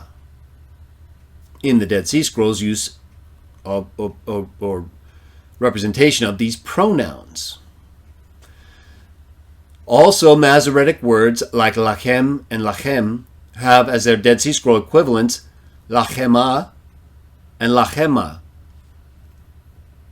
So again, you have pronouns and words in the Dead Sea Scrolls where in the Masoretic text they don't have this aspiration. They do here. It's possible that the Dead Sea scribes copied the texts as they were correctly pronounced in the New Testament times, since Arabic spells its words the way Masoretes did, but pronounces them the way the Dead Sea Scroll scribes spelled them, with the unspelled aspirant at the end pronounced. For example, the Arabic word for he is spelled hu, but pronounced hu-ah. If this vocalization were applied to the Hebrew Ya'ol, Yod-He-Wa, it might be pronounced Yahuwah, or Yahovah would be more correct, I believe. more in harmony with the phonetic evidence we have that shows it's a long O sound. And then I reference another article in which it is noted that the Hebrew pronoun hu is huwa 26 times out of the 96 occurrences in the Qumran documents and in Arabic. And there's some sections of the Bible, when you read, like in Exodus 15 and 17, which we have been referencing in our text readings, which sound very smooth and poetical with a final aspirant, which I reference and show in my first chapter of my defended editions, and which are not consistent with the pronunciation Yahweh. But I think they would be fine with Yah-O. So that's more in relation to the difference between Yahuwah or final A and E in how they sound in that text, or in those two texts of Exodus. And Harris also points out that the final aspirant, like I said, fits more with that section in terms of sound. Now, notice what it says here about the Samaritans, right? They're the ones most known for the use of Yahweh, or Yahweh, maybe, right? Not really a credible attachment to them in an ironclad way, but note what James Montgomery says in his notes on the Samaritan, JBL 25, page 50. He says that this writer argued for the rhyming of the divine name in the Samaritan hymns, how it proves that the pronunciation is Yahweh, right? So in the way that Buchanan and I, in my first chapter of my defended editions, in quoting Buchanan, claim that the final aspirant ah is more consistent with certain poetic texts of the Bible than Couch argued that rhyming of Yahweh in Samaritan hymns proves the pronunciation is Yahweh. And then Montgomery says, well, that's true of only two passages, in both of which Yod-Heh-Wah-Heh rhymes with words ending in segol, or an E sound. But in all the remaining cases, the rhyming of the divine name in the same collection of liturgical pieces, it rhymes with words terminating in ah. And so once again, I want to point that out, because even this evidence that has at times been cited to support a pronunciation, Samaritan pronunciation, once again, of the divine name as Yahweh, is still not right. So if someone points you to those two uses of Samaritan hymns in a way that would support the pronunciation Yahweh, still wouldn't be Jewish though. But it's not really the full picture, and it's important to keep that in mind if you're going to be discussing pronunciations like Yahweh and the relationship to these texts.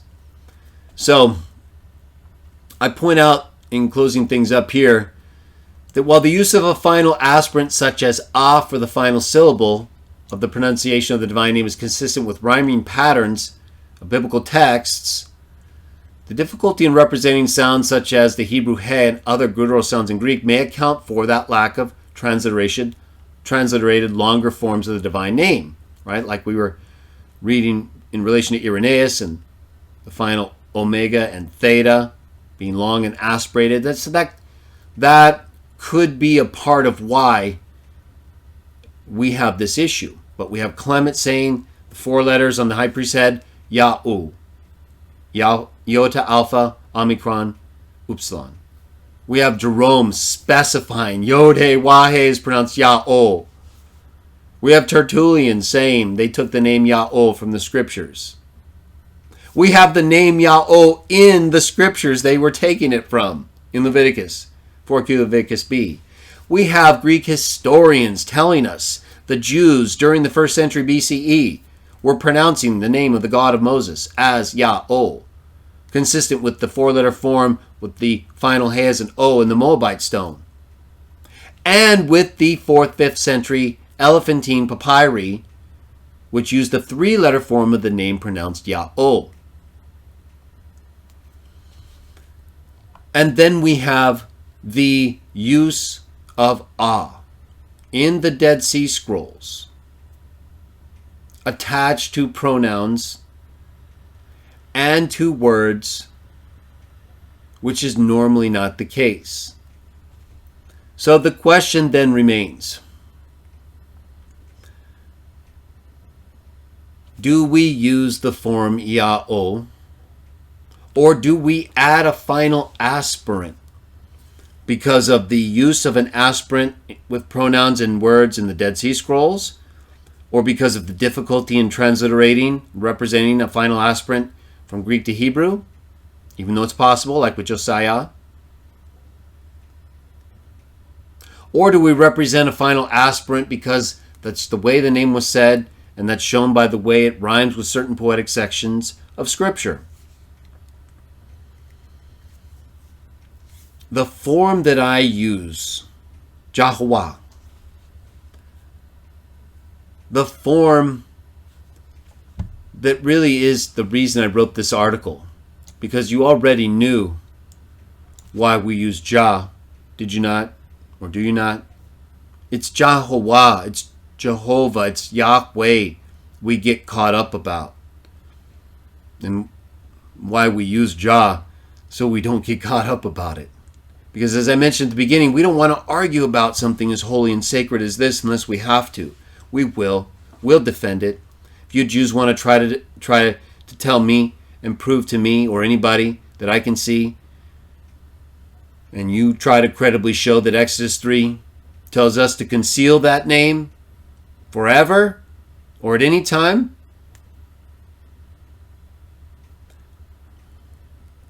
I got time. I got time if you think you can show that to me. Because I think you know better. And I think I know better than to use that explanation for these texts and these texts' use of that name. Then maybe we can do better. Maybe we need to just keep using Jah because of it being the least controversial form of the name that we can use together.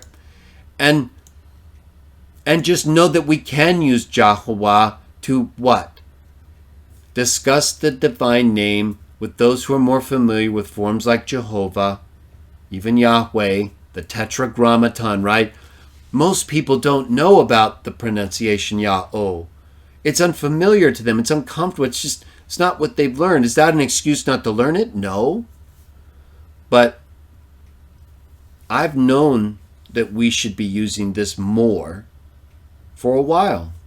But I also know that the best form to use, Jah, is the one that I needed to promote first before engaging everybody on the level of how they're pronouncing the divine name to give you yet more you have to think about as far as whether or not you're doing things right? Who needs that?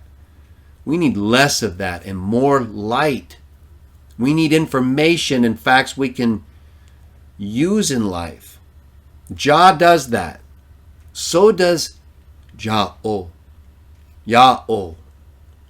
That's a solid pronunciation of not just the three-letter form, but the Tetragrammaton, the full four-letter form. We have ample testimony and witness to that being the case, and text evidence showing that's the case, that it's actually used in the Bible in that form for the divine name.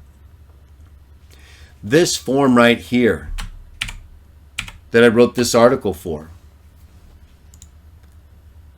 I put it together that way because I knew one day we would be having this discussion.